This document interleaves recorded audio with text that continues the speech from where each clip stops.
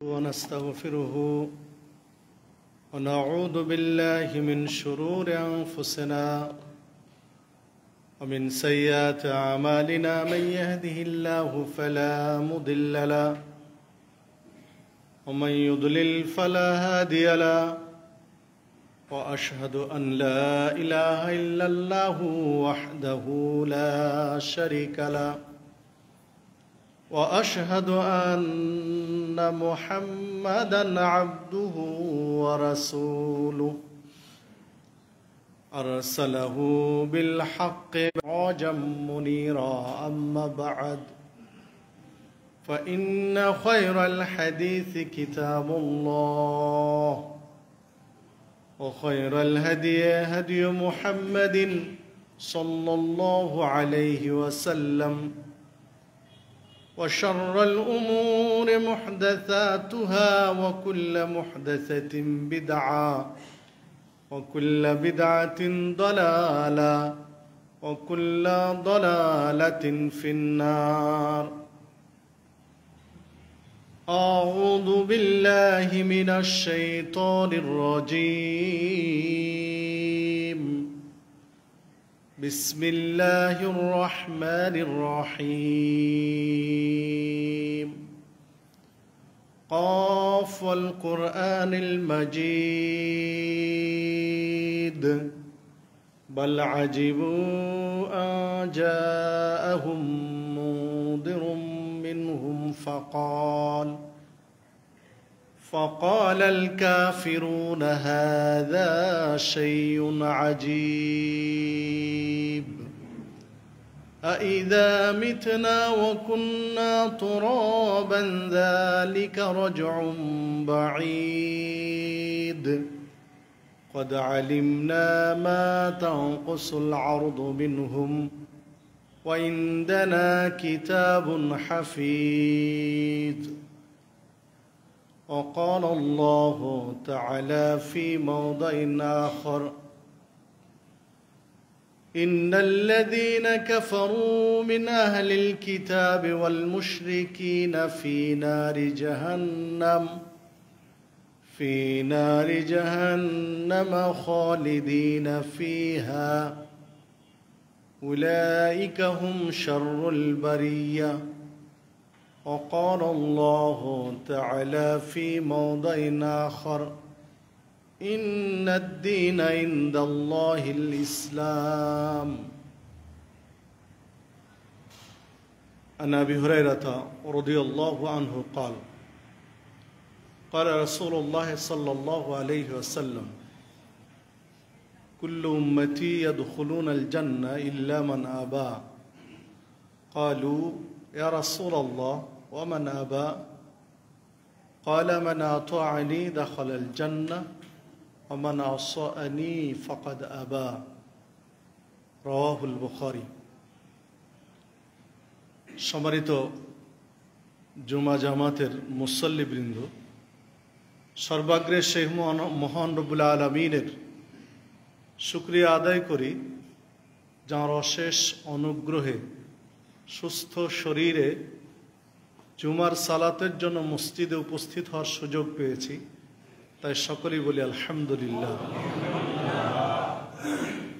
অতঃপর দরুদ ও সালাম বর্ষিত হোক সর্বকালের সর্বশ্রেষ্ঠ মহামানব সৈয়দুল মুরসালিন খাতামুন নবিয়্যিন রহমাতুল্লিল আলামিন নবী মুহাম্মদুর রাসূলুল্লাহ সাল্লাল্লাহু আলাইহি ওয়াসাল্লাম। সম্মানিত মুসল্লিবৃন্দ, আমি আপনাদের সামনে কোরআন মাজিদের দুইটি আয়াত তেলাওয়াত করেছি। রাসূলুল্লাহ সাল্লাল্লাহু আলাইহি ওয়াসাল্লামের বাণীর মধ্য হতে একটি হাদিস পেশ করেছি। এর আলোকে আজকে আমার আলোচনার বিষয় জান্নাত কি শুধু মুসলিমদের জন্যই?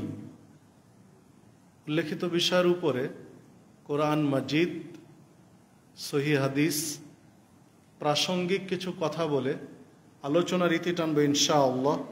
ওয়া তাওফীকি ইল্লা বিল্লাহ আলাইহি তাওয়াক্কালতু ওয়া ইলাইহি উনীব।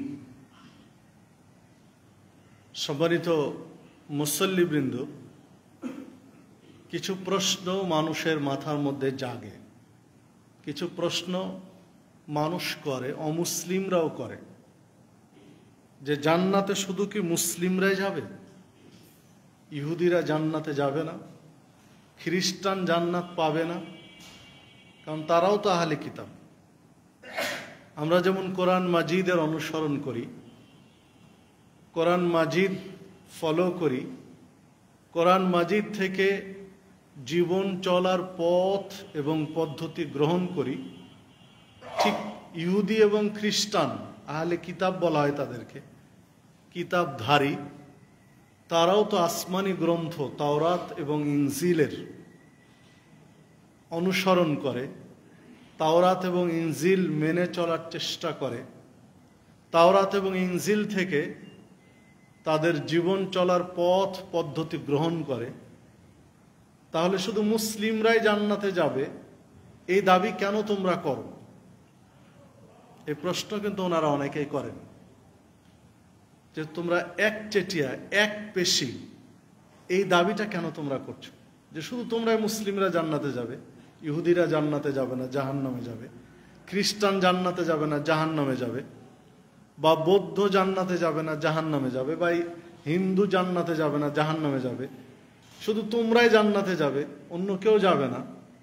তাদের মধ্যেও তো ভালো মানুষ আছে, ইহুদিদের মধ্যেও আছে, খ্রিস্টানদের মধ্যেও আছে, পৌত্তলিকদের মধ্যেও আছে, বা বৌদ্ধদের মধ্যেও আছে, বা অন্য জাতি ধর্মের মধ্যেও তো ভালো মানুষ আছে, তারাও দান সাদাকা করে, তাদের মধ্যেও মানবতা বোধ আছে, মানুষের উপকার করে, অন্যায় দেখলে প্রতিরোধ করে।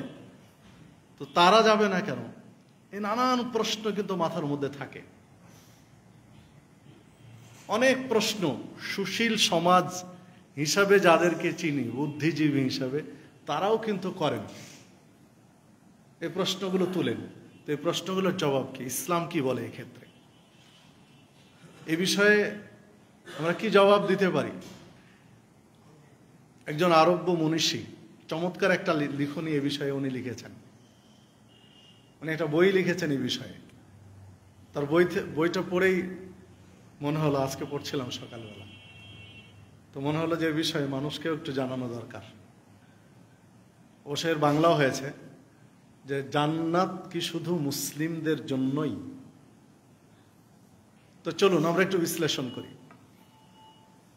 তো দেখুন, জান্নাত আল্লাহ কাকে দিবেন সেটা তিনি জানেন।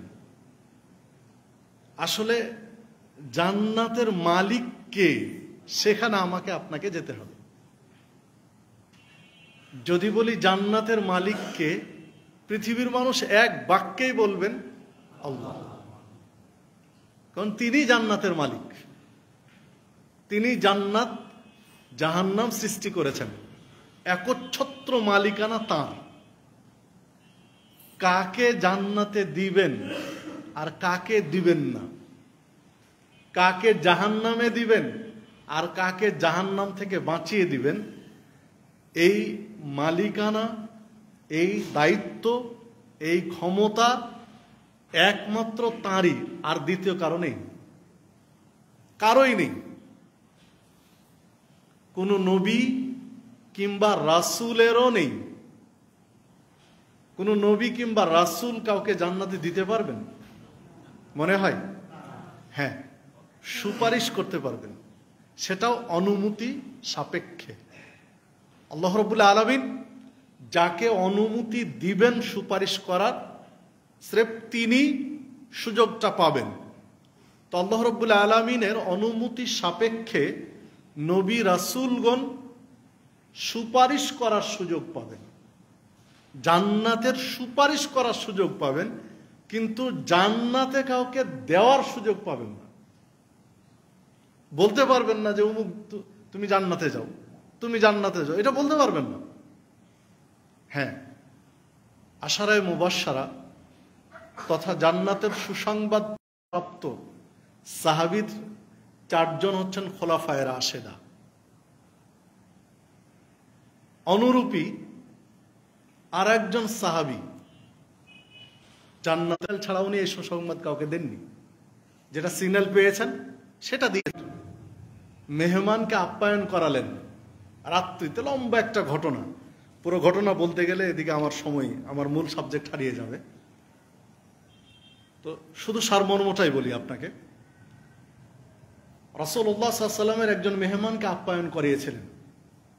নিজের ছেলে মেয়েদের, ক্ষুধার্ত ছেলে মেয়েদের রাত্রের খাবার না খাইয়ে, নিজে না খেয়ে, স্ত্রীকে খেতে না দিয়ে, তাদের যতটুকু খাবার ছিল সামান্য একটু খেজুর, এই খেজুরটা পুরোটা মেহমানকে খাইয়েছিলেন। ঘুমের সুযোগ দিয়েছিলেন, ফজরের সালাত আদায় করলেন। তো সেই খাবারটাও খেয়েছিলেন অনেকটা নাটকীয়ভাবে খাওয়ানো হয়েছিল তাকে। মানে মেহমান মেজবান ছাড়া খাবেন না, ভারী মুশকিল। অল্প একটু খেজুর যদি মেহমানের সাথে মেজবানও খান তাহলে খাবার শর্ট পড়ে যাবে, মেহমানের তৃপ্তি হবে না। ওই জন্য স্ত্রীকে শিখিয়ে দিয়েছিলেন, আমরা খেতে বসলে তুমি বাতি নিভিয়ে দিও।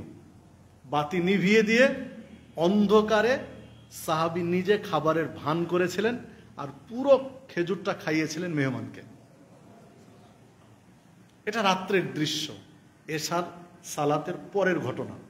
এরপরে ঘুমিয়েছেন, ফজরের সালাত আদায় করেছেন, মেহমানও আদায় করেছেন, উনিও আদায় করেছেন। সালাত আদায় পরে সাহাবীদের স্বাভাবিক একটা নীতি ছিল, তারা রাসূলুল্লাহ সাল্লাল্লাহু আলাইহি ওয়াসাল্লামের সাথে মুসাফা করতেন, সালাম মুসাফা করতেন এবং কুশল বিনিময় করতেন। রাত্রে কেউ কোনো স্বপ্ন দেখলে সেটা জিজ্ঞাসা করতেন। রাসূলুল্লাহ সাল্লাল্লাহু আলাইহি ওয়াসাল্লাম কোনো স্বপ্ন দেখলে তিনি সাহাবীদের বলতেন, বিবরণ দিতেন। কোনো ওহী যদি রাত্রে নাজিল হতো সেটা তিনি বর্ণনা করতেন। এটা স্বাভাবিক নীতি ছিল। তো সেই নীতি অনুযায়ী তিনি ফজরের সালাত আদায় করে রাসূলুল্লাহ সাল্লাল্লাহু আলাইহি ওয়াসাল্লামের দিকে এগিয়ে গিয়ে সালাম দিলেন। তো রাসূলুল্লাহ সাল্লাল্লাহু আলাইহি ওয়াসাল্লাম তার সালামের জবাব নিয়ে হাসতে শুরু করলেন, মুচকি মুচকি হাসছেন। উনি অবাক দৃষ্টিতে চেয়ে আছেন, আমি সালাম দিলাম, জবাব নিয়ে হাসছেন কেন? রাসূলুল্লাহ সাল্লাল্লাহু আলাইহি ওয়াসাল্লাম তার চাহনি দেখে জিজ্ঞাসু দৃষ্টি মনে করে বললেন যে আজকে তুমি কি ঘটিয়েছ, তুমি তোমার স্ত্রী কি ঘটনা ঘটিয়েছ, তোমরা কি কাণ্ড ঘটিয়েছ তোমাদের বাড়িতে মেহমানকে নিয়ে? তোমরা যখন মেহমানকে এভাবে খাওয়ালে,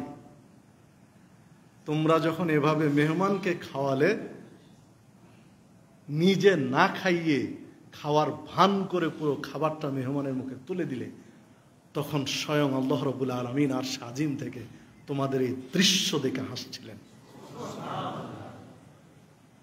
এবং এই ঘটনার সাক্ষী হিসাবে ফেরেশতাদেরকে সাক্ষী রেখে দিচ্ছিলেন যে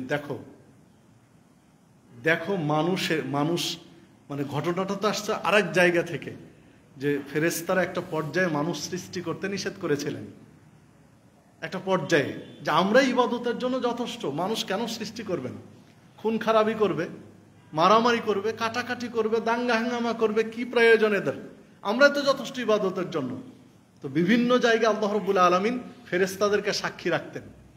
তো অনুরূপ এই জায়গাতে বলছেন আল্লাহ রাব্বুল আলামিন ফেরেশতাদেরকে দেখিয়েছিলেন, দেখো আমার বান্দাদেরকে দেখো, নিজে না খেয়ে, পরিবারকে না খাইয়ে, সন্তানদের ছোট ছোট বাচ্চাদেরকে না খাইয়ে মেহমানকে কিভাবে আপ্যায়ন করবে। রাসূলুল্লাহ সাল্লাল্লাহু আলাইহি ওয়াসাল্লাম সে সময় ওই সাহাবীকে বললেন যে দেখো আল্লাহ ঘোষণা দিয়েছেন যে তোমার জন্য তিনি জান্নাত নির্ধারণ করে দিয়েছেন। সম্মানিত উপস্থিতি, সহিহ বুখারীর লম্বা একটা হাদিসের সারমর্ম। তাহলে দেখুন ওই সাহাবীর জান্নাতের ঘোষণা রাসূল সাল্লাল্লাহু আলাইহি ওয়াসাল্লাম নিজের পক্ষ থেকে দিলেন, জি না, আল্লাহ রাব্বুল আলামিন দিলেন। তো আবু তালহা রাদিয়াল্লাহু আনহু, ধন্যবাদ আপনাকে। তো আবু তালহা রাদিয়াল্লাহু আনহুর এটা ঘটনা। তাহলে আপনি চিন্তা করেন যে রাসূলুল্লাহ সাল্লাল্লাহু আলাইহি ওয়াসাল্লাম যাদেরকে জান্নাতের সুসংবাদ দিয়েছেন সেটা আল্লাহ রাব্বুল আলামিনের পক্ষ থেকে নির্দেশ পাওয়ার পরে দিয়েছেন। মানে জান্নাতে কাকে দিবেন, কাকে দিবেন না, কাকে জাহান্নামে পুরাবেন, কাকে জান্নাতের সুখ স্বাচ্ছন্দ্য দিবেন, এটা একমাত্র মালিকানা আল্লাহ রাব্বুল আলামিনের। এটা আপনার আমার কারো নয়। তাহলে আল্লাহ রাব্বুল আলামিনের বাণী দিয়েই আপনাকে দেখতে হবে যে জান্নাতে কারা যাবে। জান্নাত কি শুধু মুসলিমদের জন্যই, না অন্যান্য ধর্মে যারা ভালো কাজ করে তাদের জন্য? সেইটা আপনাকে দেখতে হবে সরাসরি আল্লাহর বিধান থেকে, আল্লাহর নির্দেশনা থেকে।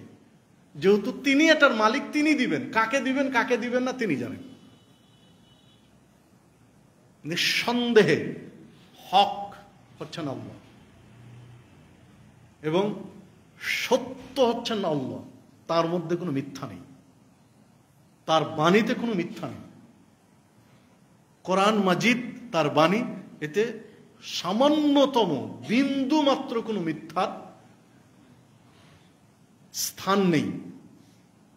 আল্লাহ রাব্বুল আলামিন সূরা বাইয়িনার 6 নম্বর আয়াতে ঘোষণা দিয়েছেন, ইন্নাল্লাযীনা কাফারু মিন আহলিল কিতাবি ওয়াল মুশরিকিন। আহলে কিতাবদের মধ্য থেকে যারা কুফরি করে কিংবা যারা মুশরিক, যারা কাফের আর যারা মুশরিক আহলে কিতাবদের ভিতরে, অর্থাৎ ইহুদি খ্রিস্টানদেরকে স্পষ্ট করে দিয়েছেন, কারণ তারা আহলে কিতাব। তো যারা কাফের এবং যারা মুশরিক, ফি নারে জাহান্নামা খালিদিনা ফিহা, আল্লাহ বলছেন তাদের ঠিকানা হলো জাহান্নাম এবং স্থায়ীভাবে সেখানে তারা বসবাস করবে। তাহলে স্পষ্ট করে দিলেন যারা কাফের আর যারা মুশরিক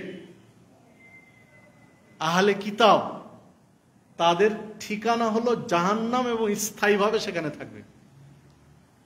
উলাইকা হুম শাররুল বারিয়া, আর এরাই হচ্ছে সৃষ্টির মধ্যে নিকৃষ্ট সৃষ্টি, সৃষ্টিকুলের মধ্যে এরা নিকৃষ্ট। কাফের এবং মুশরিকদেরকে আল্লাহ রাব্বুল আলামিন সৃষ্টিকুলের নিকৃষ্ট বলেছেন। কেন বলেছেন? কাফের এবং মুশরিকদের মধ্যে অনেক ভালো মানুষ রয়েছে, অনেক ভালো মানুষ রয়েছে যারা দেশের, জাতির, সমাজের, মানুষের কল্যাণে অনেক সময় ব্যয় করে, অর্থ ব্যয় করে, শ্রম ব্যয় করে। তো এক চেটি আল্লাহ রাব্বুল আলামিন বলে দিলেন উলাইকা হুম শাররুল বারিয়া, ওরা হচ্ছে সৃষ্টিকুলের মধ্যে নিকৃষ্ট, এক চেটিয়ে বলে দিলেন। তাহলে আপনি আপত্তি তুলতে পারেন, আপনি আপত্তি তুলতে পারেন যে এক চেটিয়া তারা খারাপ হয় কি করে? জি অবশ্যই, যে রব, সৃষ্টিকর্তা, স্রষ্টা, তিনি হচ্ছেন আল্লাহ। তিনি এক, তিনি অদ্বিতীয়, তার কোনো শরীক নেই। তো যে ব্যক্তি রবকে, তার সৃষ্টিকর্তাকে স্বীকার করে না, সেই তো কাফের। কাফের কে? অস্বীকারী কে? যে তার রবকে মানে না, যে তার স্রষ্টাকে মানে না, যে তার সৃষ্টিকর্তাকে মানে না, যে তার মূল, তার পৃথিবীতে আসার, চলাফেরা করার, বেঁচে থাকার সবকিছু যিনি যোগান দেন, যিনি মূল মালিক তার সবকিছুর, তাকে যে স্বীকার করে না, তাহলে এই মানুষটি কি করে ভালো হতে পারে? যদি আল্লাহ রাব্বুল আলামিনের শানে কোনো উদাহরণ চলে না, কোনো উদাহরণ চলে না, তারপরও স্রেফ বোঝানোর স্বার্থে, আমাদের জ্ঞান যেহেতু সীমিত, আমরা অনেক সময় বুঝতে পারি না, এই জন্য বোঝানোর স্বার্থে দু একটা উদাহরণ পেশ করি। 15,000 টাকা দিয়ে একটা চাকর রেখেছেন আপনার দোকান সামলানোর জন্য, আপনার দোকানের সেল করার জন্য। তো এই চাকরটাকে বেতন দেন কত টাকা? স্রেফ 15,000 টাকা। বড় জোর 3 বেলা খাবার দেন, তো 3 বেলা খাবারের ব্যবস্থা যোগান দেন, পাশাপাশি 15,000 টাকা দেন। এই জন্য একটু 19-20 হলে তাকে জবাবদিহি তার মুখোমুখি করেন, তার জবাব কড়াভাবে নেন, কঠোরভাবে নেন। যদি তার দোষ বারবার প্রমাণ হয়, তখন কি করেন? তাকে বের করে দেন চাকরি থেকে, চাকরি থেকেই বের করে দেন, এমনকি নিজের ছেলেও যদি আপনার পুরো অবাধ্য হয় তখন তাকে ত্যায্য পুত্র পর্যন্ত করা হয়। এর বহু নজির পৃথিবীতে আছে, বহু প্রমাণ আছে, বহু প্রমাণ আপনার এলাকাতেও পাবেন। আপনার মেয়ে বড় হয়েছে, আপনার ছেলে বড় হয়েছে, আপনার অনুমতি ছাড়াই তারা বিয়ে করেছে, পালিয়ে বিয়ে করেছে, বাবা মা মেনে নেয়নি, বরং ওসিয়ত করেছে যে আমার মৃত মুখ যেন আমার ছেলে মেয়ে না দেখে। আমি তাদের বিয়ে সাপোর্ট করছি এটা না, ওটা আমার আজকে সাবজেক্ট না, ওটা আবার এর মধ্যে গুলিয়ে নেন না যে আমি ওদের বিয়ে সাপোর্ট করেছি। জি না, আমি জাস্ট উদাহরণটা দিচ্ছি যে আপনার নিজের ছেলে, আপনার নিজের মেয়ে আপনার অবাধ্য হয়ে বিয়ে করেছে, সেটা আপনি মেনে নিলেন না, সেটাই মানতে পারলেন না। তো এতটুকু অপরাধ আপনি ছাড় দিলেন না, তাকে ত্যায্য পুত্র করছেন, এতটুকু অপরাধ ছাড় দিলেন না, তার চাকরিচ্যুত করছেন, তাকে বহিষ্কার করছেন। তো যিনি আপনার সব কিছু দেন, যদি চারিদিকে তাকান, আপনার জীবন এই 3.5 হাত বড়িটা স্রেফ তার দয়ায় টিকে আছে, তার একটা নির্দেশের কারণে টিকে আছে। তিনি যদি একটা ইশারা করেন, একটা ইঙ্গিত দেন যে আপনার শ্বাসটা বন্ধ হয়ে যাবে, তাহলে সারা পৃথিবীর সমস্ত ডাক্তার আপনার পিছনে লেগে কিছুই করার ক্ষমতা নেই, শুধু তার একটা নির্দেশ। তাহলে আপনার পুরো জীবনটা তো স্রেফ তার দয়ায় চলছে, তার অনুগ্রহে চলছে, তার নিয়ামতের উপরে ভর করে আপনি পৃথিবীতে টিকে আছেন। তো তাকে আপনি অস্বীকার করেন, আপনি তাকেই মেনে নেন না, তাহলে আপনাকে উনি কি করে ভালো বলবেন? আপনাকে ভালো বলবেন কি করে? আপনি সমাজে যতই ভালো কাজ করেন না কেন, আপনি সমাজ দরদি যতই হন না কেন, আপনি সমাজ জাতির দেশের জন্য যাই কিছু করেন না কেন, আপনি যে দোকানের কর্মচারী, আপনি যে দোকানের কর্মকর্তা, আপনি দোকানের মালিকের নিয়ম মাফিক যদি না চলেন, আপনাকে দোকান থেকে বহিষ্কার করে দেবে, আপনার চাকরিচ্যুত করবে। আপনি সমাজের কি করেন, দেশের কি করেন, জাতির কি করেন, দোকানের মালিক দেখবেন, মালিক দেখবে তার দোকানের আপনি কি করেছেন। তো এতটুকু যদি বুঝতে পারি, তাহলে বাকিটা বুঝতে মানে কষ্ট হওয়ার কথা না। যে তিনি রব, সবকিছু তার, আপনি ভোগ করছেন, তাকে আপনি স্বীকার করেন না। এই জন্যই তিনি আপনাকে শাররুল বারিয়া, সৃষ্টিকুলের মধ্যে নিকৃষ্ট বলেছেন। যে তুমি এত কিছু বুঝো, তোমার এত জ্ঞান আছে, তোমার এত পড়াশোনা আছে, তোমার এত গবেষণা আছে, অথচ তোমার মূল যিনি তোমাকে পরিচালনা করেন, সবকিছু যার, ভোগ করে তুমি এই পর্যায়ে এসেছো, তুমি তাকেই স্বীকার করো না, তাহলে তিনি কেন মেনে নেবেন? এই জন্য সৃষ্টির মধ্যে নিকৃষ্ট বলেছেন। তিনি তার নিয়ামতের, সমস্ত নিয়ামতের যেই জায়গায় রূপ পাওয়া যাবে, জান্নাত, এই জিনিস দিয়ে আপনাকে ধন্য তিনি করবেন না। কারণ তিনি যার উপরে সন্তুষ্ট, তার নির্দেশ যিনি মেনে চলেন এই পৃথিবীতে, স্রেফ তাকেই জান্নাত নামক এই নিয়ামত দিয়ে ধন্য করবেন। সম্মানিত উপস্থিতি, এই জন্যই তিনি স্পষ্ট করে দিয়েছেন যে ইহুদি হোক চাই খ্রিস্টান, যারা কাফের, যারা মুশরিক, তারা জান্নাতে যেতে পারবে না, তাদের ঠিকানা হলো জাহান্নাম, স্থায়ীভাবে তারা সেখানে থাকবে। সম্মানিত উপস্থিতি, পাশাপাশি পরের আয়াতটা যদি দেখি, সেখানে আল্লাহ রাব্বুল আলামিন স্পষ্ট করে দিয়েছেন, তবে যারা ঈমান আনে এবং আমলে সলেহ করে, ঈমান আনে পাশাপাশি আমলে সলেহ করে, উলাইকা হুম খায়রুল বারিয়া, এরাই হচ্ছে সৃষ্টি জগতের মধ্যে উৎকৃষ্ট, সৃষ্টিকুলের মধ্যে শ্রেষ্ঠ, এবং তাদের জন্যই আল্লাহ রাব্বুল আলামিন জান্নাত নির্ধারণ করেছেন। পরবর্তী আলোচনাগুলো তিনি করেছেন।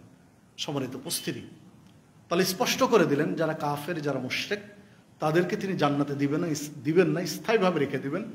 পক্ষান্তরে যারা ঈমান এনে আমলে সলেহ করে, তাদেরকে তিনি জান্নাত দিয়ে ধন্য করবেন। তারা হচ্ছে সৃষ্টি জগতের মধ্যে উৎকৃষ্ট, কারণ তারা তার রবকে চিনতে পেরেছেন, তার মালিক প্রভুর আনুগত্য তারা করেছেন, এই জন্য তিনি তাদেরকে পুরস্কৃত করবেন। সম্মানিত উপস্থিতি, আল্লাহ রাব্বুল আলামিন স্পষ্ট করেছেন, ইন্নাদ দীনা ইনদাল্লাহিল ইসলাম, আল্লাহর নিকটে মনোনীত জীবন ব্যবস্থার নাম হচ্ছে ইসলাম। ইসলামই আল্লাহর নিকটে চূড়ান্ত জীবন ব্যবস্থা।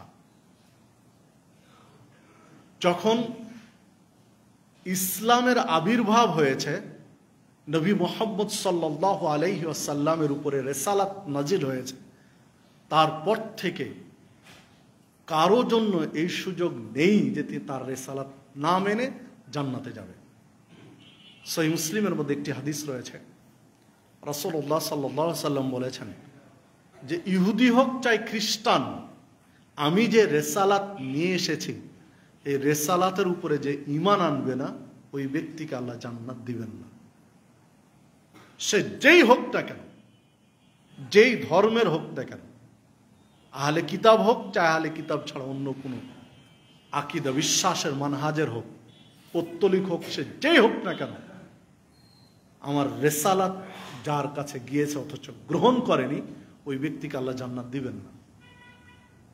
নবী মুহাম্মদ সাল্লাল্লাহু আলাইহি ওয়াসাল্লাম যে দ্বীন ইসলাম প্রচার এবং প্রসার করেছেন, এইটা মেনে না নেওয়া পর্যন্ত, গ্রহণ না করা পর্যন্ত আল্লাহ রাব্বুল আলামিন জান্নাত দিবেন না। এইটা আল্লাহ রাব্বুল আলামিন ঘোষণা দিয়েছেন কোরআন মাজিদে। এই ঘোষণার পুনরাবৃত্তি করেছেন রাসূলুল্লাহ সাল্লাল্লাহু আলাইহি ওয়াসাল্লাম হাদিসের ভিতরে। এই জন্যই মূলত মুসলিমরা, আমরা বলে থাকি যে মুসলিমরাই জান্নাতে যাবে, অন্যরা নয়। স্রেফ জান্নাত মুসলিমদের জন্যই, মুমিনদের জন্য, অন্যদের জন্য নয়।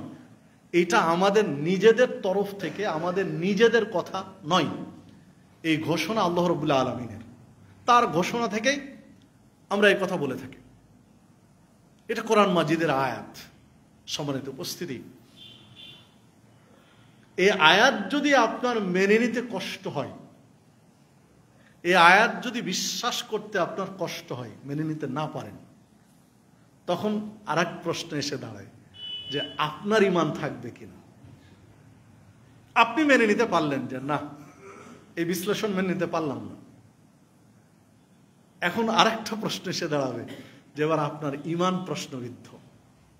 যদি কোরআন মাজিদের একটা বিধান, একটা আয়াত, একটা নিয়মকে আপনি অস্বীকার করেন, তাহলে আপনার ঈমান থাকবে না। আপনি মুসলিম, ইসলাম গ্রহণ করেছেন, ঈমান এনেছেন, যে 6টি বিষয়ের উপরে ঈমান আনতে হয়, আমানতু বিল্লাহি ওয়া মালাইকাতিহি ওয়া কুতুবিহি ওয়া রুসুলিহি ওয়াল ইয়াউমিল আখির ওয়াল কদরি খায়রিহি ওয়া শাররিহি। আল্লাহর প্রতি ঈমান, ফেরেশতাদের প্রতি ঈমান, রাসূলগণের প্রতি ঈমান, কিতাব সমূহের প্রতি ঈমান, আখিরাতের প্রতি ঈমান, তাকদীরের ভালো এবং মন্দের প্রতি ঈমান, বিশ্বাস, মেনে নেওয়া, স্বীকার করা। এই 6টি বিষয়ের প্রতি আপনি ঈমান এনেছেন। ঈমান আনার পরে কোরআন মাজিদের একটা আয়াতকে আপনি অস্বীকার করলেন, তাহলে আপনার ঈমান থাকবে না, ঈমান ভেঙে যাবে। মানে এতক্ষণ তো বলছিলাম যে জান্নাতে শুধু মুসলিমরাই যাবে, এটা বুঝাতে চাচ্ছিলাম, কোনো অমুসলিম জান্নাতে যাবে না। এবার মুসলিমদের মধ্য থেকে দেখেন, এবার বেরিয়ে যাবে।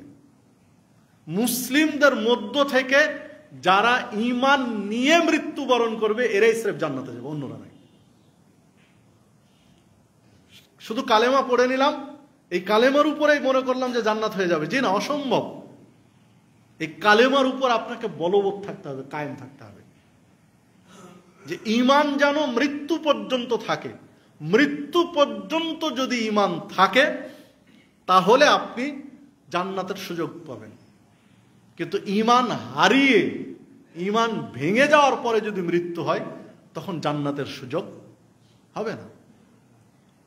ঈমান ভেঙে যায়, এর অনেকগুলো কারণ আছে। তো মৌলিক কারণ হিসাবে পেশ করা হয় 10টি। 10টি কারণে একজন মুসলিমের ঈমান ভেঙে যেতে পারে। ঈমান আনার পরে এই 10টি কারণ যদি কারো মধ্যে ঘটে, তাহলে তার ঈমান ভেঙে যাবে। তো এই 10টি কারণে একটু মাথার মধ্যে রাখা দরকার, তাহলে আলোচনাটা একটু বুঝতে সহজ হবে। তো 10টি কারণ আমরা একটু সিরিয়ালি একটু শুনে, হয়তো আলোচনা শুনেছেন স্বাভাবিকভাবে, তো আজকের আলোচনার সাথে রিলেটেড একটু আলোচনা করি। প্রত্যেকটা বিষয় 10টিরই প্রমাণ আছে, দলিল আছে, দলিলগুলো পেশ করার সময় আজকে হবে না। তো চলুন, 1, শিরক ফিল্লাহ বা ফিল ইবাদা, শিরক ফিল ইবাদা, ইবাদতে যদি কেউ শিরিক করে, আল্লাহর ইবাদত করতে গিয়ে যদি শিরকের সংমিশ্রণ ঘটায়, তাহলে ওই ব্যক্তির ঈমান ভেঙে যাবে, ঈমান থাকবে না। ঈমান আনার পরে যদি কেউ শিরিক করে, তাহলে ঈমান ভেঙে যাবে। যদি বিশ্বাসগত হয়, তাহলে তো প্রশ্নই উঠে না ঈমান থাকা, মানে ঈমান ভেঙে যাবে এবং মুসলিম থেকে সে খারিজ। তো বিশ্বাসগত শিরিক কি কেমন? বিশ্বাসগত শিরিক, ধরেন আপনার বিয়ের বয়স 12 বছর, বাচ্চা হয় না, কেউ আপনাকে বলেছে অমুক মাজারে যাও, দিয়ে একটা ছাগল মানত করো, বা এই জিনিসটা মানত, নজর নিয়াজ কিছু দাও, দিয়ে বাচ্চা চাও, বাচ্চা পেয়ে যাবে। আপনি এটা শুনলেন, দিয়ে আপনি এবার মাজারে গেলেন, মাজারের কাছে চাইলেন, কিছু দিলেন, আপনার বাচ্চা হোক আর না হোক সেটা পরের হিসাব, আপনার ঈমান ভেঙে গেছে। কারণ বাচ্চা দেওয়ার একমাত্র মালিক আল্লাহ, অন্য কেউ নয়। সন্তান কাকে দিবেন, কাকে দিবেন না, কাকে ছেলে দিবেন, কাকে মেয়ে দিবেন, কাকে ছেলে মেয়ে উভয়ই দিবেন, কাকে পূর্ণাঙ্গ দিবেন, কাকে বিকলাঙ্গ দিবেন, এই সমস্ত কিছুর একমাত্র মালিক আল্লাহ, অন্য কারো সামান্যতম মানে 100 ভাগের 1 ভাগও আল্লাহ অন্য কাউকে এটা দেন। এটা 100তে 100 ভাগই তার কাছে। তো এই ক্ষেত্রে আপনি কোনো কারো দ্বারস্থ হলেন, কারো কাছে গিয়ে চাইলেন, এর অর্থ দাঁড়ায় যে আপনি এটা আল্লাহর একচ্ছত্র মালিক, এটা আপনি মেনে নিতে পারেননি। আল্লাহর শরীক আছে এই ক্ষেত্রে, সন্তান দেওয়ার ক্ষেত্রে, এই মালিকানার ক্ষেত্রে আরো কারো ভাগ আছে, কিঞ্চিত পরিমাণ, ন্যূনতম একটু ভাগ অন্য কেউ রাখে, এই বিশ্বাসগত জায়গায় আপনি আল্লাহর সাথে শরীক করে ফেলেছেন, আল্লাহর অংশীদার করে ফেলেছেন। এটাই হলো বড় সমস্যা। হ্যাঁ, হতে পারে 12 বছরে আপনার সন্তান হয়নি, মাজারে গিয়ে চেয়েছেন, আল্লাহ আপনাকে দিয়ে দিয়েছেন, হতে পারে, হতে পারে আল্লাহ আপনাকে পরীক্ষা নিয়েছেন, এর কয়েকটা জবাব দিয়েছেন। এর কয়েকটা জবাব বিন বাজ রাহিমাহুল্লাহ তিনি উল্লেখ করেছেন, যে চাইলো পেয়ে গেল। এর কয়েকটা কারণ হতে পারে। হতে পারে আল্লাহ আপনার তাকদীরে লিখেছিলেন যে আপনাকে 12 বছর পরে সন্তান দিবেন, তা আপনার তকদিরে লেখা ছিল সে আলোকেই ঠিক 12 বছর পরে হয়েছে, ওই মাজারে যাওয়ার কারণে হয়নি। যে মাজারে গিয়েছেন তাই পেয়েছেন এটা নয়, যে আপনার তাকদীরটা সেভাবেই লেখা ছিল যে এতদিন পরে আল্লাহ দিবেন, ঠিক পেয়েছেন অতদিন পরে, মাঝখানে এই ঘটনাটা ঘটেছে। এটা হতে পারে। আরেকটা জবাব লিখেছেন যে হতে পারে যে আল্লাহ দিয়েছেন পরীক্ষা করার জন্য, পরীক্ষা করার জন্য আল্লাহ দিয়েছেন, যে এতদিন দেননি, চেয়েছিলেন মাজারে, পেয়ে গেছেন। তাহলে আল্লাহর প্রতি আস্থা না রেখে পুরোপুরি মাজারের প্রতি আস্থা আপনার হয়ে যাচ্ছে, এইটা আল্লাহ পরীক্ষা নেওয়ার জন্য, আপনার ঈমানের পরীক্ষা নেওয়ার জন্য আল্লাহ দিতে পারেন। যদি এ ধরনের ঘটনা কারো জীবনে ঘটে থাকে, তাহলে পথ আপনাকে পাপ স্বীকার করে তওবা করতে হবে আল্লাহর কাছে। শিরকে আকবার, এগুলো শিরকে আকবার, সবচেয়ে বড় পাপ। এগুলো হওয়ার সাথে সাথে ঈমান ভেঙে যায়, মুসলিম থেকে বেরিয়ে যায়। তো এর পরেও ফিরে আসার সুযোগ আছে। ইন্নাল আবদা ইযা তারাফা বিযামবিন সুম্মা তাবা তাবাল্লাহু আলাইহি। আয়েশা সিদ্দিকা রাদিয়াল্লাহু আনহা বলছেন, রাসূলুল্লাহ সাল্লাল্লাহু আলাইহি ওয়াসাল্লাম বলেছেন, কোনো ব্যক্তি যখন তার পাপ স্বীকার করে আল্লাহর কাছে ক্ষমা চায়, তখন আল্লাহ তাকে ক্ষমা করে দেন। তো পাপ স্বীকার করেন, আল্লাহর কাছে স্বীকার করে নেন, আপনার কি পাপ সেটা আপনি ভালো জানেন। আপনি স্বীকার করে আল্লাহর কাছে ক্ষমা চান, ইনশাআল্লাহ আল্লাহ ক্ষমা করবেন। 2, ঈমান ভেঙে যায় যেসব কারণে, তার 2 নম্বর হচ্ছে আল্লাহ এবং বান্দার মধ্যে অন্য কাউকে ওসিলা বানানো। আল্লাহ আর বান্দার মধ্যে একজনকে ওসিলা নির্ধারণ করাও ঈমান ভেঙে যাওয়ার একটা কারণ। যে কারণে ইমান ভেঙে যায়, মুসলিম থেকে বেরিয়ে যায়। তো ওসিলার দুইটা ধরন আছে, একটাতে ইমান ভেঙে যায়, আর একটাতে ইমান ভাঙে না। তো ওসিলার দুইটা ধরন। যেটা ইমান ভেঙে যায় এটা হলো আল্লাহ এবং বান্দার মধ্যে, যে উদাহরণটা দিচ্ছিলাম, যদি কোনো পীর সাহেবকে ওসিলা মনে করে, যে একজন মৃত পীরকে বা একজন ওলি আউলিয়া গৌস কুতুব বা যাই বলি না কেন, এদেরকে মাবুদের আসনে আমরা বসাইনি, ওসিলা ধরেছি, আল্লাহর কাছে পৌঁছার একটা রাস্তা, মাধ্যম ধরেছি। এই চিন্তা থেকেও যদি এই মাধ্যম ধরে তো ইমান ভেঙে যাবে। আল্লাহ এবং বান্দার মধ্যে তার প্রয়োজন পূরণ করার মাঝখানে কোনো ওসিলা যদি কেউ ধরে, মৃত্যু, জড় পদার্থ, এই জাতীয় কাউকে, তাহলে ইমান ভেঙে যাবে। হ্যাঁ, যদি জীবিত পরহেজগার, দিনদার, তাকওয়াশীল, জ্ঞানী গুণী মানুষকে, আলেম ওলামাকে এই জাতীয় ক্ষেত্রে ওসিলার কাছাকাছি নিয়ে আসে, তাহলে ইমান ভাঙবে না। উদাহরণ হিসেবে পেশ করেছেন ওমরে ফারুক রাদিয়াল্লাহু আনহুর বর্ণিত একটি হাদিস সহিহ বুখারীতে। বৃষ্টি হয় না, দীর্ঘদিন থেকে বৃষ্টি প্রার্থনার জন্য দোয়া করছিলেন যে হে আল্লাহ, আমাদের মাঝে তোমার প্রিয় বান্দা রাসূল মুহাম্মদ সাল্লাল্লাহু আলাইহি ওয়াসাল্লাম ছিলেন, তাকে ওসিলা করে আমরা তোমার কাছে বৃষ্টি চাইতাম, আল্লাহ তুমি আমাদেরকে বৃষ্টি দিতে। তো এখন আমাদের মাঝে তিনি নেই, তার চাচা আব্বাস রাদিয়াল্লাহু আনহু আছেন। তো তার চাচা আব্বাসকে আমরা ওসিলা করছি যে তার মতো একজন ভালো মানুষ এই সমাজে আছে, আল্লাহ তুমি আমাদেরকে বৃষ্টি দাও। তো আল্লাহ বৃষ্টি দিয়েছিলেন, যে হাদিস সহিহ বুখারীতে। তো এইটা হলো ওমরে ফারুক রাদিয়াল্লাহু আনহু, তার মতো ভালো মানুষরাই সমাজে আছেন, অন্তত তাদের দিকে দেখে আল্লাহ তুমি একটু বৃষ্টি দাও, তাদের জন্য তুমি একটু বৃষ্টির ব্যবস্থা করো, আমরা উপকৃত হই। এটা আল্লাহর কাছে তিনি চেয়েছিলেন, আল্লাহ বৃষ্টিও দিয়েছিলেন। ওমরে ফারুক রাদিয়াল্লাহু আনহু যেহেতু জান্নাতের সুসংবাদ প্রাপ্ত 10 জন সাহাবীর একজন, ওমরে ফারুক রাদিয়াল্লাহু আনহু এমন কোনো কাজ আল্লাহ তাকে দিয়ে করিয়ে নেবেন না যার কারণে তার ঈমান ভেঙে যাবে, এটা অসম্ভব। যেহেতু আল্লাহ রাব্বুল আলামিন তাকে এই সুসংবাদটা দিয়েছেন নবীর মাধ্যমে, বিধায় মৃত্যু পর্যন্ত ঈমানের উপরে আল্লাহ রাখবেন তাকে ইনশাআল্লাহ, এতে কোনো সন্দেহ নেই। তো তিনি এই ওসিলা করেছিলেন, বিধায় বোঝা যায় যে জীবিত তাকওয়াশীল পরহেজগার মানুষ ওসিলা হতে পারে। তার কাছে গিয়ে, তার মাধ্যমে, তার ওসিলায় আল্লাহর কাছে কেউ কিছু চাওয়া যেতে পারে, এটা একটা বৈধ ওসিলা। আর একটা বৈধ ওসিলা হচ্ছে সৎ আমল। সৎ আমলকে ওসিলা করে আল্লাহর কাছে প্রার্থনা করা যায়। বিপদে পড়েছেন, এমন বিপদে পড়েছেন আপনার উদ্ধারের কোনো রাস্তা নেই, বাঁচার কোনো পথ নেই, নিশ্চিত মৃত্যু। তখন আপনার জীবনে যদি স্রেফ আল্লাহর জন্য করেছেন কোনো একটা আমল, সে আমলটাকে ওসিলা করা যায়। এই মর্মে সহিহ বুখারীর একটা হাদিস পেশ করেছেন মুহাদ্দিসগণ। সহিহ বুখারী তো এসেছে, সহিহ মুসলিম এসেছে, আপনাদের সবার জানা ঘটনা যে বনী ইসরায়েল 3 জন মানুষ পাহাড়ের গর্তে গিয়ে আশ্রয় নিল, ঝড়ের কবলে পড়ে বড় পাথর এসে পাহাড়ের গর্ত মুখ ঢেকে গেল।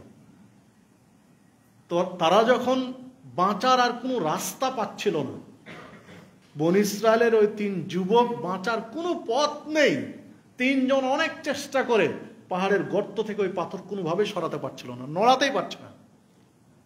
তখন তাদের মধ্যে একজন বলে উঠল, উনদুরু, তোমরা খেয়াল করো, আমালান আমিলতুমুহা লিল্লাহি সলিহাতান ফাদুল্লাহু বিহা, তোমরা তোমাদের ওই আমলের দিকে তাকাও, ওই আমলকে খেয়াল করো, যে আমল স্রেফ আল্লাহর জন্যই করেছো, ওই আমলকে ওসিলা করে, ওই আমল স্মরণ করে আল্লাহর কাছে প্রার্থনা করো, আশা করা যে আল্লাহ তোমাদেরকে বাঁচিয়ে দিবেন।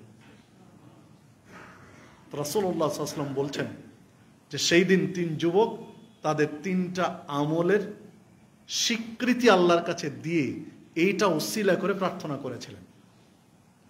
যেমন 3 জনের একজন ছিল যে, হে আল্লাহ, আমি আমার চাচাতো বোনকে খুব ভালোবাসতাম এবং চাইতাম তার সাথে আমার জৈবিক চাহিদা পূরণ করার জন্য, তার সাথে মিলিত হওয়ার জন্য আমি খুব চেষ্টা করতাম। তো একদিন তাকে নাগালের মধ্যে পেয়ে গেলাম, তার সাথে আমি ব্যভিচারে লিপ্ত হতে যাব। তখন সে আমাকে বলল, ইত্তাকিল্লাহ, আল্লাহকে ভয় করো, তুমি আল্লাহকে ভয় করো, আমার সতীত্ব নষ্ট করো না। তো সেই দিন একাকিত্বে আমার সেই চাচাতো বোনকে পাওয়ার পরেও আমি তার সাথে কোনো অন্যায় করিনি, আমি সেখান থেকে ফিরে এসেছিলাম স্রেফ তোমার সন্তুষ্টির জন্য। আল্লাহ, তুমি এর ওসিলায় আজকে আমাকে এখান থেকে মুক্ত করো। রাসূলুল্লাহ সাল্লাল্লাহু আলাইহি ওয়াসাল্লাম বলছেন, পাহাড়ের 3 ভাগ, পাথরের 3 ভাগের 1 ভাগ আল্লাহ সরিয়ে দিয়েছিলেন। তো এই আলোচনা তুলে ধরে মুহাদ্দিসগণ বলছেন যে জীবনের কৃত কোনো সৎ আমল যদি কারো থাকে, সে বিপদে পড়লে আমলকে স্মরণ করে এই আমলের ওসিলায় যে এর বদৌলতে আল্লাহ তুমি আমাকে মুক্তি দাও চাইতে পারে। তো যে কথা বলছিলাম যে কোনো মৃত মানুষকে হোক বা জড় পদার্থকে হোক বা এমনিতেই যে ব্যক্তি মুসলিম নয়, যে ব্যক্তির ঈমান আছে কিনা সন্দেহ রয়েছে, তাকে আপনি ওসিলা করবেন। ল্যাংটা পীরের মাজার বাংলাদেশে বেশ কয়েক জায়গা আছে। তো একজন মানুষ ল্যাংটা হয়ে থাকতে পারে না, অসম্ভব।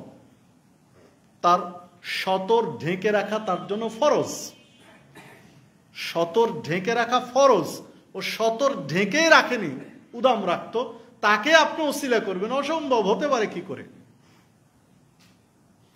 সে জীবিত হোক আর মৃতই হোক, প্রশ্ন ওঠে না। মৃত হলে তো প্রশ্ন ওঠে না, জীবিত হলেও প্রশ্ন ওঠে না। কারণ ওসিলা হতে পারে পরহেজগার, দিনদার, তাকওয়াশীল, তার পৃথিবীর জন্য এক একজন মডেল হবে মানুষ, এই রকম হতে পারে। সম্মানিত উপস্থিতি, যে কথা বলছিলাম, তো ঈমান ভেঙে যায় এই রকম কেউ ওসিলা ধরলে। 3, ঈমান ভেঙে যায় কাফের বা মুশরিক হয়ে যাওয়ার ক্ষেত্রে কেউ সন্দেহ পোষণ করলে। কাফের বা মুশরিককে কাফের মুশরিক হিসাবে যদি কেউ সন্দেহ পোষণ করে, কেউ যদি মনে করে যে হতেও পারে ইহুদিদের আল্লাহ চাইলে জান্নাতে দিবেন, হতেও পারে ওই খ্রিস্টান এত ভালো মানুষ এই কাজ করেছে, আল্লাহর বদৌলতে তাকে জাহান্নামে দিবেন কি করে, জান্নাতে দিবেন, হতেই পারে। এই রকম কেউ যদি সন্দেহ পোষণ করে কাফের মুশরিকদের এসব ক্ষেত্রে, তাহলে তারও ঈমান ভেঙে যাবে। এগুলো প্রত্যেকটার পিছনে দলিল আছে, প্রমাণ আছে। তারও ঈমান টিকবে না, ঈমান ভেঙে যাবে। চতুর্থত, রাসূলুল্লাহ সাল্লাল্লাহু আলাইহি ওয়াসাল্লামের আনীত যে জীবন ব্যবস্থা ইসলাম, তিনি যে জীবন ব্যবস্থা পৃথিবীর মানুষের জন্য নিয়ে এসেছেন ইসলাম, এই জীবন ব্যবস্থা বা এই আইন ছাড়া অন্য কোনো জীবন ব্যবস্থা, আইন, হুকুমকে কেউ যদি উত্তম মনে করে তাহলে ঈমান ভেঙে যাবে। কেউ যদি মনে করে যে ইসলামের এই নিয়মটার চেয়ে, ইসলামের এই বিধানটার চেয়ে, ইসলামের এই আইনটার চেয়ে ব্রিটিশের এই আইনটা একটু ভালো, তাহলে তার ঈমান ভেঙে যাবে। তাকে নতুন করে তওবা করে কালেমা পড়তে হবে, অসম্ভব। যে ইসলামের এই বিধানের চেয়ে ব্রিটিশদের এই বিধানটা ভালো, বা ইসলামের এই আইনটার চেয়ে খ্রিস্টানদের এই আইনটা ভালো, ইসলামের এই আইনটার চেয়ে বৌদ্ধদের এই আইনটা ভালো, এই জাতীয় রাসূল সাল্লাল্লাহু আলাইহি ওয়াসাল্লাম যে বিধান, যে আইন, যে সিস্টেম মুসলিমদের দিয়েছেন, এর চেয়ে অন্য কোনো জীবন ব্যবস্থা, বিধানকে কেউ যদি ভালো মনে করে, উত্তম মনে করে, উপযোগী মনে করে, কল্যাণকর মনে করে, তাহলে তার ঈমান ভেঙে যাবে, তার ঈমান থাকবে না। 5, দ্বীন ইসলামের কোনো বিষয়ে বিদ্বেষ পোষণ করলে ঈমান ভেঙে যাবে। দ্বীন ইসলামের কোনো বিষয়ের সাথে যদি শত্রুতা করেন, বিদ্বেষ পোষণ করেন, তাহলে আপনার ঈমান ভেঙে যাবে। 6, দ্বীনের কোনো বিষয় নিয়ে ঠাট্টা মশকরা করা। দ্বীন ইসলামের কোনো বিষয় নিয়ে যদি ঠাট্টা করেন, মশকরা করেন, উপহাস করেন, বিদ্রূপ করেন, ট্রল করেন, তাহলে ঈমান ভেঙে যাবে, ঈমান থাকবে না। যে কোনো বিষয় হতে পারে, দিন ইসলামের কোনো বিষয় নিয়ে যদি ট্রল করেন, হ্যাঁ, আপনি দাড়ি রাখতে পারেননি, সেটা আপনার ব্যর্থতা। আপনি দাড়ি রাখতে পারেননি, নিজের ভুল স্বীকার করেন, মাথা নত করে থাকেন, সমস্যা নেই, হতে পারে আল্লাহ আপনাকে ক্ষমা করবেন। কিন্তু আরেকজন দাড়ি রেখেছেন, তাকে আপনি ট্রল করবেন, তাহলে আপনার ঈমান থাকবে না। হ্যাঁ, আপনি দাড়ি রাখেননি এটাই যদি আপনি ইনকার করেন, অস্বীকার করেন, তুচ্ছ করে দেখেন, কে আপনাকে বললো যে ভাই সবই আপনার ভালো আছে, আপনি দাড়ি রাখছেন না, এটা তো সুন্নাহ, গুরুত্বপূর্ণ সুন্নাহ, যা অজীবের পর্যায়ে, অজীব বলেছেন অনেকেই, তো এটা রেখে দেন, তো আপনাকে তুচ্ছ করিয়ে দেন। কত কিছু আছে শরীয়তের, দাড়ি না রাখলে কি হবে, দাড়ি রাখলে ঈমান থাকে আর না রাখলে থাকে না, বা ইত্যাদি, এটা তুচ্ছ করে উড়িয়ে দিলেন, তাহলে আপনার ঈমান থাকবে না, ভেঙে যাবে। হ্যাঁ, আপনি নত হন যে ভাই চেষ্টা করছি, দোয়া করেন, আপনার কথাটার ধরন এটা হতে পারে, ভাই চেষ্টা করছি, দোয়া করেন, ভাই চেষ্টা করছি, পারছি না, যে ইনশাআল্লাহ রেখে দেব, এইটা হবে আপনার আচরণ। কিন্তু এটাকে আপনি আরেকজন বলেছে তুচ্ছ করে উড়িয়ে দিবেন, ট্রল করবেন এটা নিয়ে। হ্যাঁ, দেখেছি কত দাড়িওয়ালা মানুষ কত কিছু করছে, জি, যে করছে সে তার জবাব দিবে, আপনি আর তার দাড়ি নিয়ে কেন ট্রল করবেন, তুচ্ছ তাচ্ছিল্য করবেন, করতে পারবেন না। এটা জাস্ট একটা উদাহরণ দিলাম আর কি। তো এইরকম ইসলামের কোনো বিধান নিয়ে যদি কেউ উপহাস, ঠাট্টা, বিদ্রূপ করে, তাহলে তার ঈমান ভেঙে যাবে। 7, কিছু অর্জন কিংবা বর্জনের জন্য জাদু করা, জাদুর উপর সন্তুষ্ট থাকা, মনে প্রাণে জাদুকে পছন্দ করা, যদি কেউ করে তাহলে ঈমান ভেঙে যাবে। কিছু অর্জনের ক্ষেত্রে বা কিছু বর্জনের ক্ষেত্রে জাদু করলো কেউ কাউকে, মাঝে মাঝে শোনা যায় কালো জাদু করেছে একজন আরেকজন উপরে বা ইত্যাদি।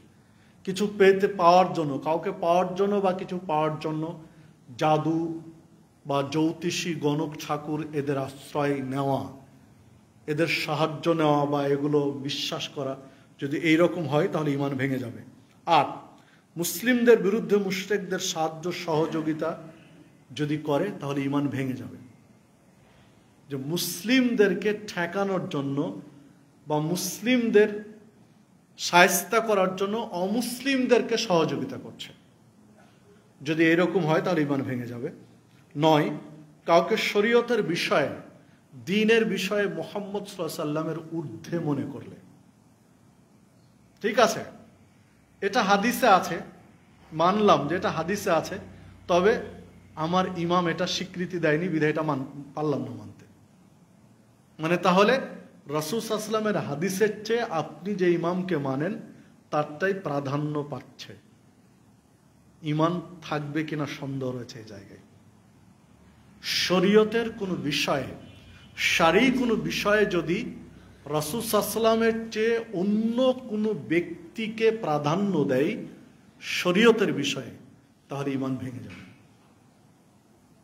ঠিক 10, আল্লাহর মনোনীত দ্বীন ইসলাম থেকে মুখ ফিরিয়ে নাও, ইসলাম থেকে মুখ ফিরিয়ে নিয়ে বিমুখ হয়ে অন্য কোনো ধর্ম বা আদর্শ বা মতবাদ বা ইজম বা তরিকার দিকে নিজে ঝুঁকে পড়লে ঈমান ভেঙে যাবে।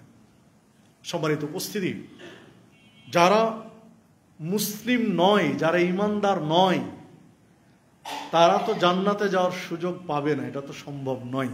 আল্লাহ রাব্বুল আলামিন স্পষ্ট করে দিয়েছেন, আহলে কিতাব, মুশরিক হোক চাই কাফের হোক, যেই হোক না কেন, আল্লাহ তার জন্য জাহান্নাম নির্ধারণ করেছেন স্থায়ীভাবে। জান্নাত তাদের জন্য আল্লাহ রাব্বুল আলামিন নির্ধারণ করেছেন যারা ঈমান এনে আমলে সলেহ করে। এর পরের প্রসঙ্গে আমি বললাম এই 10টি কারণ, ঈমান ভঙ্গের কারণগুলো যদি কারোর মধ্যে ঘটে তাহলে ঈমান ভেঙে যাবে। বিশ্বাসগত বিষয় যদি হয় তাহলে ঈমানও ভেঙে যাবে, পাশাপাশি মুসলিম থেকেও সে খারিজ হয়ে যাবে, মানে একজন অমুসলিম আর তার মধ্যে কোনো পার্থক্য নেই।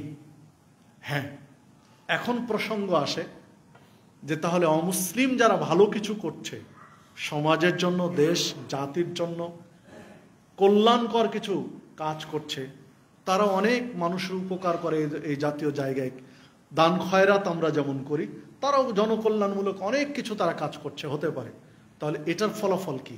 এর ফলাফল আল্লাহ দুনিয়াতে ওদেরকে দিয়ে দেন। আল্লাহ রাব্বুল আলামিন দুনিয়াতে এর ফলাফল দিয়ে দেন। রাসূলুল্লাহ সাল্লাল্লাহু আলাইহি ওয়াসাল্লাম বললেন, আসিজনু, এই পৃথিবীটা হচ্ছে মুমিনদের জন্য জেলখানা, ওয়া জান্নাতুল কাফির, আর দুনিয়া সিজনুল মুমিন ওয়া জান্নাতুল কাফির। এই পৃথিবী হচ্ছে মুমিনের জন্য জেলখানা, কাফেরের জন্য জান্নাত। যে হাদিস সহিহ মুসলিমের মধ্যে বর্ণিত হয়েছে। মানে তার প্রতিদান আল্লাহ রাব্বুল আলামিন দুনিয়াতে দিয়ে দেন। আরেকটি হাদিসের মধ্যে আল্লাহ রাসূল সাল্লাল্লাহু আলাইহি ওয়াসাল্লাম বলেছেন যে আল্লাহ রাব্বুল আলামিন জান্নাতকে সাজিয়ে রেখেছেন মাকারে, বিপদ আপদ, বালা মুসিবত, দুঃখ কষ্ট, লাঞ্ছনা গঞ্জনা, এগুলো দিয়ে আল্লাহ জান্নাতকে ঢেকে রেখেছেন। মানে জান্নাতে যেতে হলে এগুলো পাড়ি দিয়ে যেতে হবে।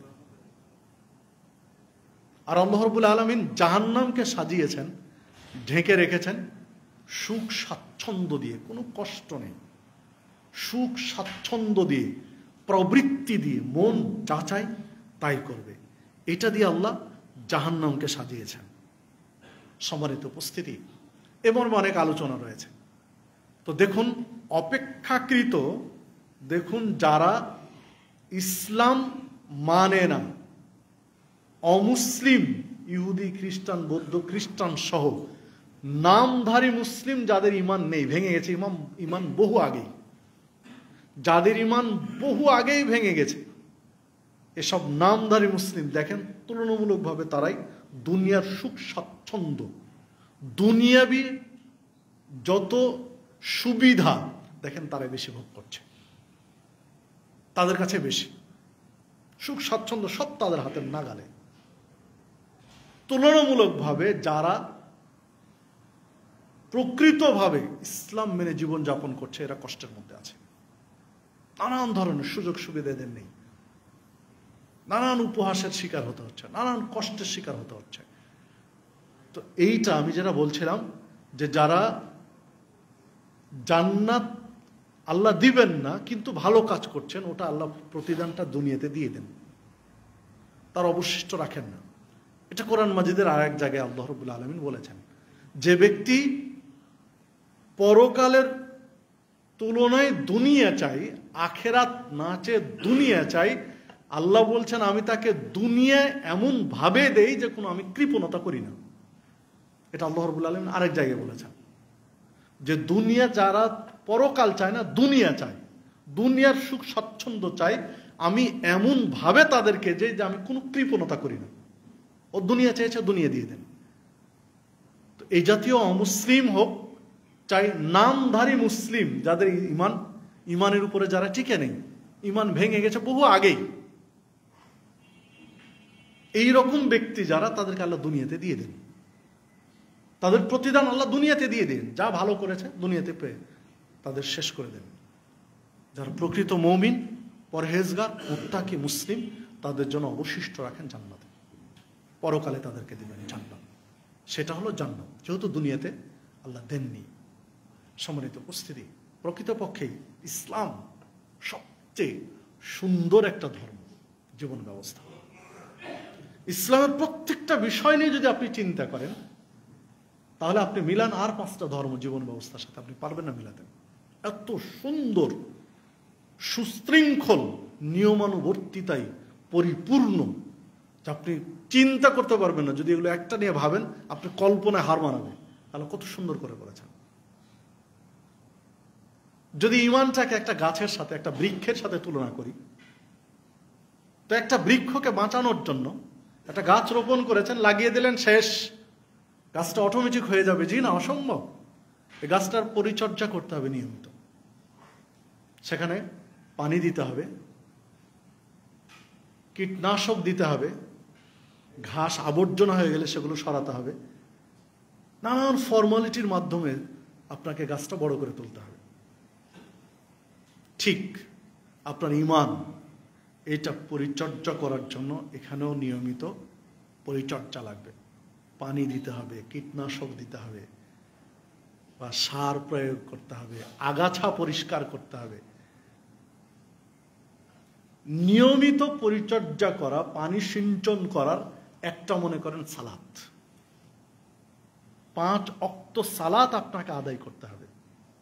ঈমান টিকিয়ে রাখতে হলে, ঈমান সতেজ রাখতে হলে, তরুতাজা রাখতে হলে আপনাকে 5 ওয়াক্ত সালাত আদায় করতে হবে। মানে আপনার ঈমানের দৈনন্দিনের খাবার এটা তরুতাজা থাকবে, ঈমানটা পরিপক্ক থাকবে।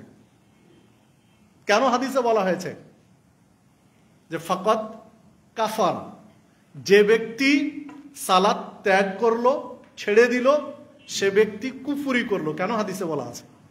মানে তার ঈমানের খাবার, দৈনন্দিন খাবার সেখানে পড়েনি। আগাছা পরিষ্কার করতে হবে, দৈনন্দিন আগাছা পরিষ্কার করতে হবে ঈমান থেকে। আগাছা কি? ঈমানের মধ্যে শিরিক ঢুকে যাওয়া, ঈমানের মধ্যে বিদাত, আমলের মধ্যে বিদাত চলে আসা, আকীদা বিশ্বাসের শিরিক ঢুকে যাওয়া, আমলের ক্ষেত্রে বিদাত প্রবেশ করা, এগুলো হচ্ছে আগাছা। এগুলো পরিষ্কার করতে হবে আপনাকে, দিয়ে ঈমানটা তরুতাজা রাখতে হবে। এটা দৈনন্দিনের কাজ। ঈমান নামক বৃক্ষটা সতেজ তরুতাজা রাখতে, জান্নাতের আশা রাখলে আপনার দৈনন্দিনের পরিচর্যা, সেটা হচ্ছে সালাত। শিরিক থেকে ঈমান মুক্ত রাখা, বিদাত থেকে আমল পরিষ্কার রাখা, তাহলে না আপনার টিকে থাকবে। ঈমানের স্বাদ তখনই তো আপনি পাবেন। সালাত পড়ে পরিতৃপ্ত একটা তৃপ্তি লাভ করবে মানুষ, ইবাদত করে আত্মতৃপ্তি পাবে, আলাদা একটা ফুরফুরে মেজাজ থাকবে তার মধ্যে, মানে তার ঈমান কাজ করছে। কি চমৎকার জীবন ব্যবস্থা! দেখুন, একটা মানুষ ঘুম থেকে উঠেছে, ফজরের সময় ঘুম ভেঙেছে, ঘুম থেকে উঠে তার প্রথম কাজ কি? তার প্রাকৃতিক প্রয়োজন পূরণ করে সে ওযু করবে সালাতের জন্য, ফজরের সালাতের জন্য। ঘুম থেকে উঠে কোনো ব্যক্তিরই মুখ হাত না ধুয়ে ফ্রেশ লাগে না, তার চেহারার মধ্যে একটা গ্লেশও থাকে না, মন মানসিকতার সতেজতাও আসে না। দেখুন, যখনই ওযু করলেন সালাতের জন্য, আপনার একদম ফ্রেশ মন মানসিকতা একটা তৈরি হলো। এভাবে প্রত্যেকটা জিনিস, ইসলামের বৈবাহিক পদ্ধতি কি চমৎকার সুন্দর জীবন ব্যবস্থা। একটা মানুষের শারীরিক, আত্মিক, দৈহিক সবকিছু চাহিদা পূরণের জন্য আল্লাহ বৈবাহিক কি সুন্দর একটা সিস্টেম রেখে দিয়েছেন, চমৎকার একটা ব্যবস্থা রেখেছেন। যিনি মানুষ সৃষ্টি করেছেন তিনি এই বিধানগুলো দিয়েছেন, যে মানুষের জন্য কি প্রয়োজন আল্লাহ তাই দিয়েছেন। একটা মানুষের খুব ঘনিষ্ঠ একটা বন্ধু থাকার প্রয়োজন, যে জীবনের সবকিছু যার সাথে শেয়ার করতে পারবে, সে তো আপনার স্ত্রী। বাবা মা নিঃসন্দেহে আপনার জন্য উত্তম সঙ্গী, কিন্তু একটা জায়গায় গিয়ে আপনার প্রয়োজন আপনার একনিষ্ঠভাবে আপনার কাছে থাকা, যেটা বাবা মার দ্বারা সম্ভব নয়, সেটা আপনার স্ত্রীর দ্বারা সম্ভব। আল্লাহ সে ব্যবস্থা করেছেন, এটা ইসলাম করেছেন বৈধভাবে। বৈধভাবে একটা কি সুন্দর সিস্টেম দিয়েছেন, কিন্তু আমরা অবৈধভাবে নিজের জীবনের চাহিদাগুলো পূরণের চেষ্টা করছি, অথচ ইসলাম সুন্দর জীবন ব্যবস্থাপনা দিয়েছে। আসুন আমরা ইসলামকে জানার চেষ্টা করি, ইসলামকে মানার চেষ্টা করি, ইসলাম মেনে প্রকৃত মুসলিম হয়ে জীবন যাপন করি। ইহকালেও শান্তিতে থাকা যাবে, পরকালেও ইনশাআল্লাহ আল্লাহ শান্তির ব্যবস্থা করে দেবেন। আল্লাহ রাব্বুল আলামিন আপনাকে আমাকে প্রকৃত মুসলিম হিসেবে জীবন যাপন করার তৌফিক দান করুন। আল্লাহ রাব্বুল আলামিন আপনাকে আমাকে সিরাতে মুস্তাকিমের পথিক হিসেবে কবুল করে নিন। আল্লাহ রাব্বুল আলামিন আপনাকে আমাকে জান্নাতি মেহমানদের তালিকায় অন্তর্ভুক্ত করে নিন। আল্লাহ রাব্বুল আলামিন আপনাকে আমাকে হেদায়েত প্রাপ্ত মুমিনদের কাতারে শামিল করে নিন। আমিন। আকুলু কওলি হাযা ওয়াস্তাগফিরুল্লাহ।